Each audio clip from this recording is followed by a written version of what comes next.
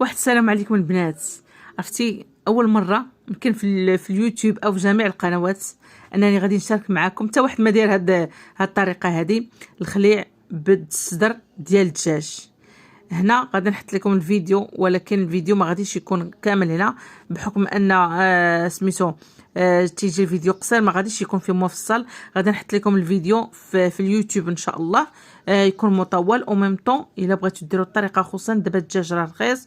عرفتي شوفوا على تعليكه، شوفوا على هذاك اللحيمه كيتحمرات بالشحمه. الشحمه خديتها انا عاد مؤخرا، ما خديتش انا قبل العيد.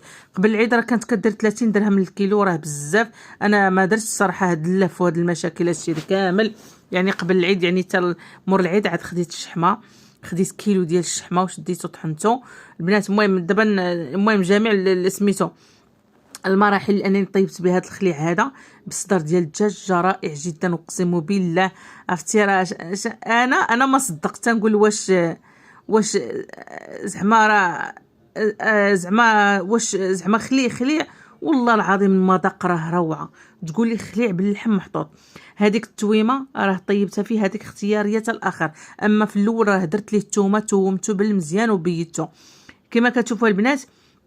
هنايا راه هذاك سميتو نخليها تتبرد وغادي نسميتو. شوف كيف البنات من برد في الكوكوط. ما تنساونيش باللايك والمتابعه وتسناو الفيديو.